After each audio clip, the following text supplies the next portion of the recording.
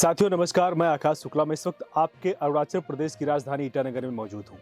आज सुबह मैं घर से ऑफिस के लिए निकला तो मैंने रास्ते में एक न्यूज़ देखा मतलब कि वो न्यूज़ को बहुत सारे लोगों ने बहुत पहले भी चलाया हुआ था। इवन टीवी ने भी उसको बहुत प्रमुखता से कवरेज किया हुआ था, लेकिन वो कभी चलता है, कभी बंद होता है, कभी चलता है, कभी बंद होता है। आप समझ गए होंगे कि मैं क्या बात कर रहा हूँ। अरुणाचल प्रदेश के कैपिटल रोड की बात कर रहा हूँ। मैंने गोपुर तिनाली के पास रोड का हालत देखा, जहाँ पे अभी जेसीबी लगा हुआ है, बहुत सारा मशीनें लगा हुआ है, काम कर रहा है, रोलर भी लगा हुआ है, जो अभी सड़क को थोड़ा थोड़ा ठीक कर रहे हैं। इस सड़क पिछले अगर हम लोग 2-3 साल की बात करें तो 2-3 साल में कम से कम 20 बार ठीक हो चुका है, लेकिन अभी ये सुधरा नहीं है। अभी आज बनता है, कल बिखर जाता है। गणतंत्र दिवस के मौके पर सड़क को बनाना शुरू किया गया, लेकिन सड़क जैसे बन रहा है ना, वो भी बहुत सवाल के दायरे में आ रहा है। मिट्टी के ऊपर थोड़ा सा तारकोल डाल के उसके ऊपर गिट्टी डाल के रोलर चला दे रहे। वो कितना दिन तक चलेगा ये तो हम भी नहीं जानते, आप भी नहीं जानते। वैसे जानते तो सब लोग हैं कि 4-5 दिन में सड़क बिखर जाएगा, लेकिन फिर भी सरकार खाना पूर्ति करने में लगा हुआ है। फिलहाल मैं बात करूंगा आज अरुणाचल प्रदेश में जो तरह तरह की स्कीमें चलती हैं, डेवलपमेंट चलती हैं, क्या एक्चुअल में वो यहाँ पे लागू हो पा रही हैं, या हम लोग बात करें तो ईटानगर स्मार्ट सिटी है क्या सच में, या उसके अलावा अगर हम लोग बात करेंगे तो एक राज्य की राजधानी है, क्या सच में राज्य की राजधानी है ये। ईटानगर भारत का सबसे डर्टीएस्ट कैपिटल बन रहा है, मतलब कि भारत का सबसे गंदा राजधानी ये बन रहा है।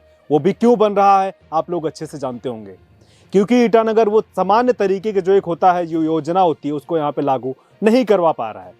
चाहे इसको हम गवर्नमेंट का फेलियर बोलें, चाहे ऑफिसर का फेलियर बोलें, या फिर हम विधायक का फेलियर बोलें, या किसी का फेलियर हम लोग बोल सकते हैं कि उनके फेलियर से यहाँ पे अभी भी कोई भी सरकार की जो स्कीम होती है बढ़िया तरीके से लागू नहीं हो पा रही है। उसके अलावा लेटेस्ट यह है कि ईटानगर स्मार्ट सिटी में है, कथित स्मार्ट सिटी है, क्योंकि स्मार्ट सिटी जैसा यहाँ पे कुछ भी चीजें नहीं दिखाई पड़ रहा है। आपको याद होगा, आप बाकी राज्यों की राजधानी में जाते होंगे तो वहां का सिचुएशन कैसा दिखाई पड़ता है और यहाँ कैसे दिखाई पड़ रहा है। हम लोग बात करेंगे आपके पड़ोसी राज्य असम की, तो वहां में मेट्रो भी दौड़ रहा है, पानी के नीचे से वहां में रास्ते भी बनाए जा रहे हैं, और तरह तरह की जितनी सरकार की सुविधाएं होती हैं लोगों के पास पहुंच भी रही है, लेकिन यहां ऐसा कुछ भी नहीं है। आपको याद होगा, ईटानगर का रास्ता देख के आपको याद होगा कि यहां में ड्रेन जो है सड़क के ऊपर बहता है, सड़क नीचे होती, ड्रेन ऊपर होता है। उसके अलावा आप पूरा ईटानगर आप घूम लीजिए, पूरा कैपिटल को आप घूम लीजिए, कहीं भी आपको फुटपाथ दिखाई नहीं पड़ेगा। फुटपाथ होता है, फुटपाथ पे आप शिलोंग भी जाते होंगे, आप बाकी जगह भी जाते होंगे, साथ साथ में जो पैदल वाले लोग होते हैं वो भी वहां से क्रॉस करते हुए दिखाई देते हैं, चलते हुए दिखाई देते हैं। बीच में गाड़ी चलती होती, साइड साइड में जो होता है, कोई कुछ राज्य में तो साइकिलिंग का भी लगा रखा है बीच। उसके बाद सड़क के किनारे जो फुटपाथ होता है उस पर लोग पैदल यात्री चल सकते हैं। ईटानगर में ऐसा नहीं है। गंदगी का तो मानो अंबार लगा हुआ है। सरकार के जितने बड़े बड़े कथित तरीके से ऑफिसर और कथित डिपार्टमेंट हैं, करप्शन में पीएचडी करने में लगे हुए हैं। ईटानगर इतना गंदा हो गया, इतना गंदा हो गया कि सांस लेना दूभर हो रहा है। यहाँ में ना ही यहाँ पे आईएमसी का कोई स्कीम सही से काम कर रहा है, ना ही पंचायत का काम कर रहा है, ना ही यहाँ पे कुछ भी काम कर रहा है। एक दूसरे के ऊपर आरोप प्रत्यारोप का दौर यहाँ पे हमेशा चलता रहता है। आईएमसी से बात करोगे तो कहेंगे पंचायत में आता है, पंचायत से बात करोगे कहेंगे आईएमसी में आता है, लेकिन उसका सुनवाई कौन करेगा ये किसी को पता ही नहीं होता है। कूड़े की गाड़ी तो कभी आती ही कभी नहीं आती है, वही पता नहीं होता है कि नहीं होता है।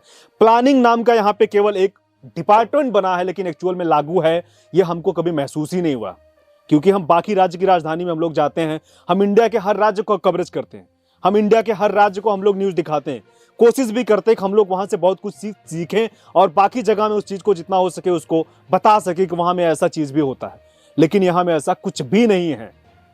आप सोचिए ना, आपको अगर रोड को क्रॉस करना होगा तो आपको यहाँ पे फुट ओवर ब्रिज भी नहीं मिलेगा। ये आपका कैपिटल का बात है, ईटानगर सिटी की बात कर रहा हूं मैं। यहाँ पे आपको एक भी फुट ओवर ब्रिज आप नहीं मिलेगा, शायद किसी ने देखा भी नहीं होगा।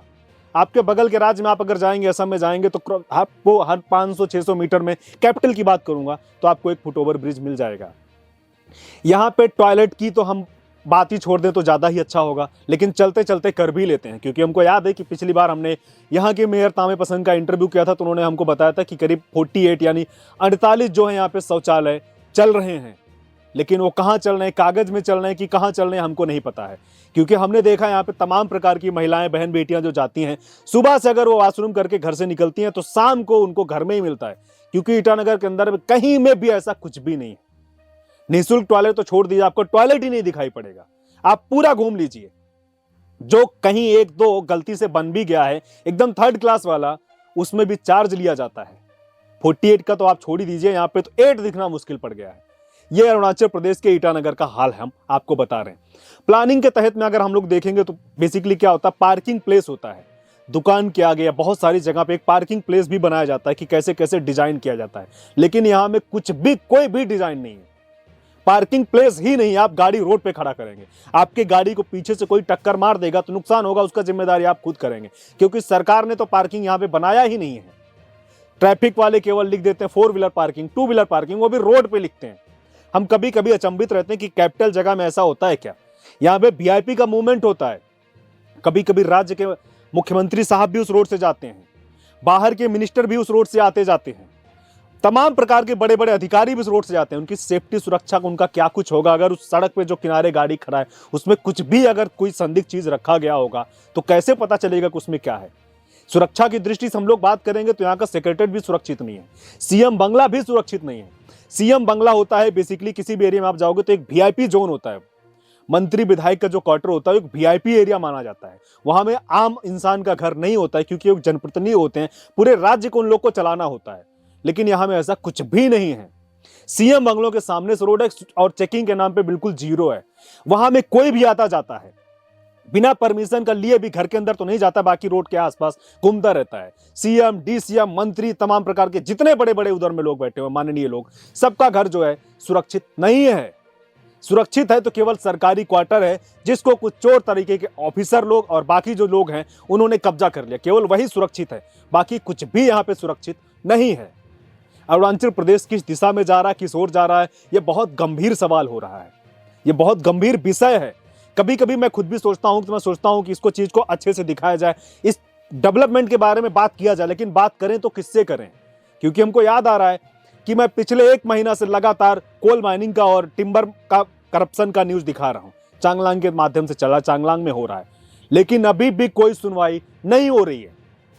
मैंने सीएम, डीसीएम और गवर्नर और भी जो डिपार्टमेंट के बड़े बड़े अधिकारी होते हैं सबको लेटर लिखा हुआ है, पत्र लिख दिया है, पता नहीं उनको मिला है नहीं मिला है तो बड़ा सवाल हो रहा है, सोचने वाला बात है। लेकिन हमने अपनी तरीके से जितना हो सका हमने किया है। हम वीडियो को 3-4 पार्ट भी दिखा चुके हैं, लेकिन कोई एक्शन नहीं हुआ है, क्योंकि शायद कमीशन सबके पास पहुंचता होगा। और हम आपको बता दें कि इस न्यूज को लेकर हम आपको इसलिए बता रहे हैं क्योंकि जितना प्रकार को जिनको जिनको हमने लेटर दिया है, हम बकायदा उनके ऊपर कोर्ट में केस भी करेंगे, एक एक के ऊपर करेंगे, चाहे वो ओसी से लेके एसपी से लेके गवर्नर, जो भी XYZ हो रहा, हम सबको केस करने का कोशिश करेंगे। क्योंकि करप्शन जो है किसी का पर्सनल पैसा नहीं है, ये भारत का पैसा है, ये तमाम प्रकार के जो टैक्स पेयर होते हैं उनका पैसा है।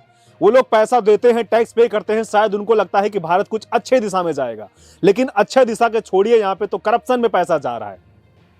प्लानिंग का मैं आपको बात कर रहा था, प्लानिंग में आप यहाँ पे देखेंगे तो कुछ भी नहीं है। रोड कितना होना चाहिए, कितना मीटर होना चाहिए स्मार्ट सिटी का, वो भी पर्याप्त नहीं है। स्ट्रीट लाइट का क्या होता है वो भी पर्याप्त में नहीं है। ड्रेन कैसा होना चाहिए वो भी पर्याप्त मात्रा में यहाँ पे नहीं है। गंदगी तो आपका कैपिटल का सेक्रेटरीट के पास में भी गंदगी है, जहां पे कभी कुछ भी ऐसा नहीं होना चाहिए। उसके अलावा अगर हम लोग बात करेंगे यहाँ के एजुकेशन सेक्टर के बारे में, तो आपसे छिपा नहीं है, करप्शन एजुकेशन सेक्टर में इतना जबरदस्त चल रहा है कि उसके बारे में हम जितना बोलेंगे उतना कम है। टीचर लोग सैलरी ले रहे हैं लेकिन स्कूल में नहीं जाते हैं, और कहीं कहीं ऐसा हो रहा है कि स्कूल में बच्चे इतने हैं वहां पे टीचर नहीं हो रहे हैं। उसके अलावा यहाँ पे हेल्थ डिपार्टमेंट को आप देखिए ना, आपको जितना सरकार से जो भी सुविधाएं मिलनी चाहिए सबके लिए आपको चार्ज देना पड़ता है, दवा तक आपको बाहर से खरीदना पड़ता है।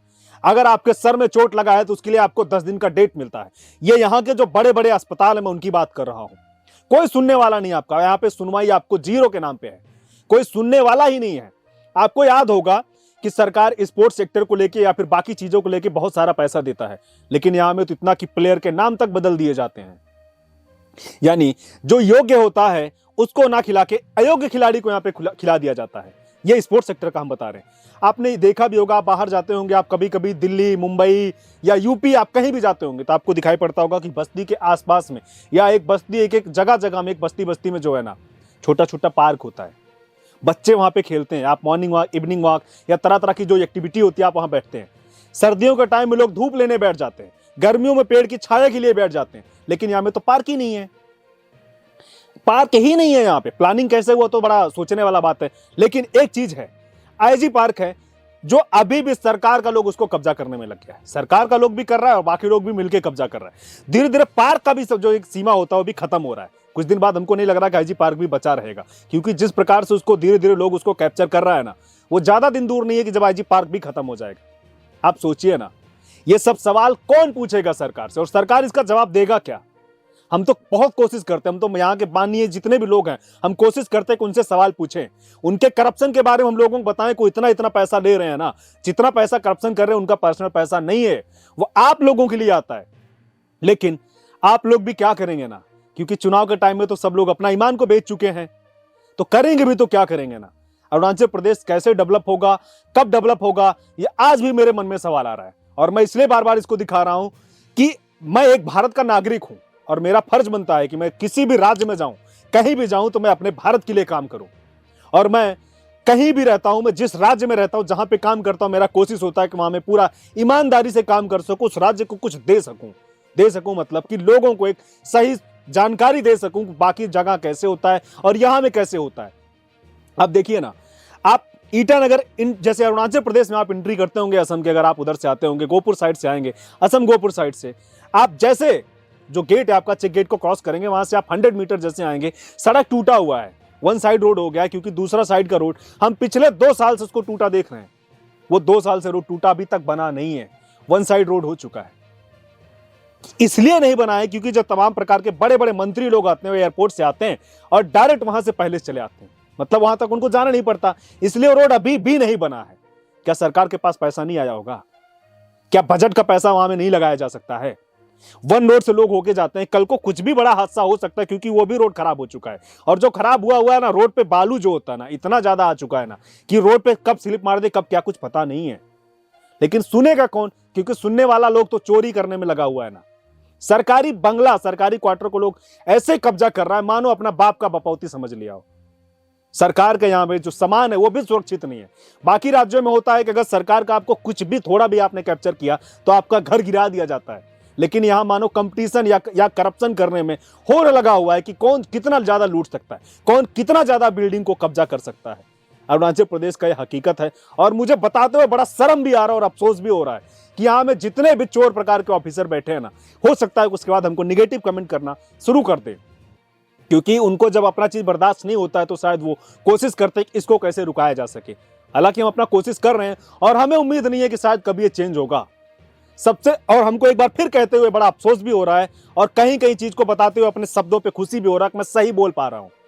अरुणाचल प्रदेश का कैपिटल ईटानगर अपने भारत का सबसे डर्टीएस्ट कैपिटल बनते जा रहा है। यहां में जो तमाम प्रकार के बड़े बड़े चोर ऑफिसर लोग बैठे हैं, ये इसको बर्बाद कर देने में रात दिन काम कर रहे हैं।